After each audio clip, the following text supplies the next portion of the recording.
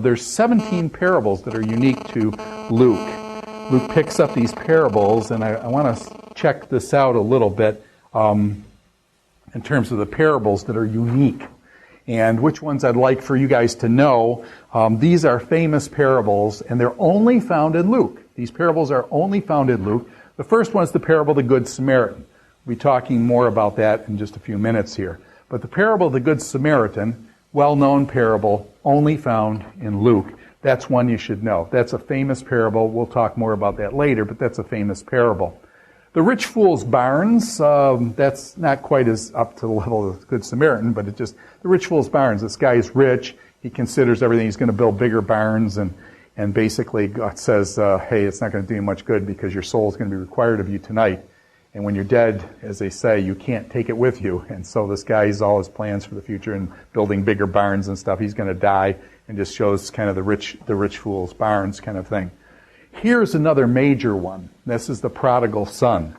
If any of you have ever heard, there's a singer back from my generation, back in the 60s and 70s, called Keith Green. And Keith Green has about a 15-minute song that he sings on the prodigal son, where you've got a prodigal son coming to his father saying, "Father, give me wealth and give me all my, my inheritance." And then he basically, this kid goes off and squanders the inheritance, and then he ends up eating with the pigs. He has all the fun and things like that while he's got money that his father provided for him. He parties. And then he runs out of money. When he runs out of money, he runs out of friends. Notice the connection there. When he runs out of money, he runs out of friends. And so now he's eating with the pigs, and he's realizing, man, this pig food just isn't good. By the way, you get eating with the pigs, and you get all sorts of imagery with Jewishness and eating with pigs. Jews don't eat pork, obviously. It's not kosher. Ham, it's not kosher. And so here's this guy degraded to the point that he's eating with pigs. And he says, hey, I'll go back and, go to my father, because even the servants in my father's house get better food than this. So he goes back, and the father then runs out, welcomes him back and stuff, puts a robe on him, throws a party for him, kills the fatted lamb, sheep or goat or cow for him. And then all of a sudden you get the older brother. And the older brother, who's been faithful all this time, kind of gets jealous and says, hey, you never made a party for me like this and things. And so you get this kind of older brother, which then many would say typifies the Pharisees, who, when somebody repents and comes back, they can't participate in the joy of their father. And so this, in God being the father, receiving back this prodigal son. And so in some senses, we've all been prodigals. And so this welcoming back by God with open arms is just a wonderful picture of that we go our way, we go off and do bad stuff and then come back to God, and He forgives with loving arms and just embraces. As we say, there's 99 sheep and the one's lost, and He goes out and seeks and saves the one that's lost. And so the prodigal son, the lost son, okay? This is a parable you need to know, the prodigal son, the Good Samaritan, those are two. The widow and the judge, story about the widow, we'll look at this under prayer. But this widow basically pesters the judge and crabs and basically is just nagging, I guess I want to say. Is nagging, what's the deal with nagging? Nagging works. That's why people do it. And so this woman just nags and nags this judge, and the judge finally says, I don't fear God, I don't fear man. This woman, it's nagging, it's tiring me out, so I'll give her justice just to get her off my back.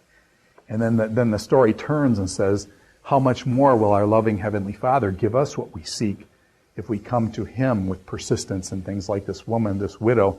Oh, notice again, who comes to the judge? It's a widow woman, a woman who has lost her husband, who is very vulnerable in that culture. She comes to the judge. The judge doesn't have to give her justice because she's low on the totem pole status-wise, and yet because of her pestering, she gets what she wants. And so it's the notion about prayer. Now, the Good Samaritan, you need to know that one. Prodigal son, big parable. The other big parable here is this Lazarus and Dives. And we're going to be talking about the notion of hell in the book of Luke, and this Lazarus and Dives.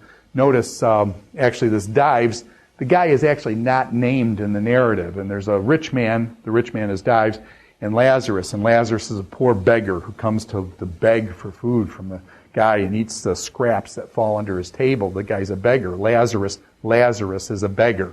This is different from the Lazarus that Jesus raises from the dead. This is a parable.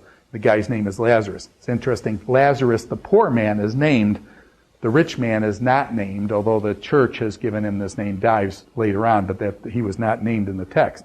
And what happens is then they die. So Lazarus is poor in this life, and the rich man is wealthy and things. They die, and the roles get reversed. And so the rich man is now in hell, and Lazarus is in heaven in Abraham's bosom. And the rich man then starts asking, and we'll look at this a little bit later on too when we're talking about heaven and hell, asks Lazarus, would you give me some water from them burning to death here? Or he's already dead, so anyways, he's burning.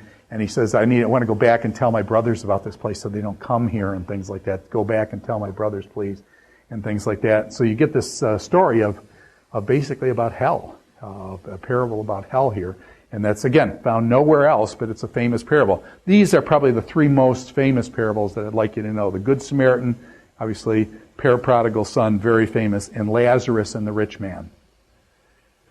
Now, the Pharisee and the tax collector, another parable on prayer, and we'll look at that when we talk about prayer. The tax collector and the Pharisee prays to himself. He's just so self-righteous about, he thanks God that he's not like other men. And the tax collector beats on his breast and says, Lord, be merciful to me, a sinner, and gives what's called the Jesus prayer coming out of the tax collector's mouth. So you notice kind of the status things that are being played off with here. So, okay, so there's these unique parables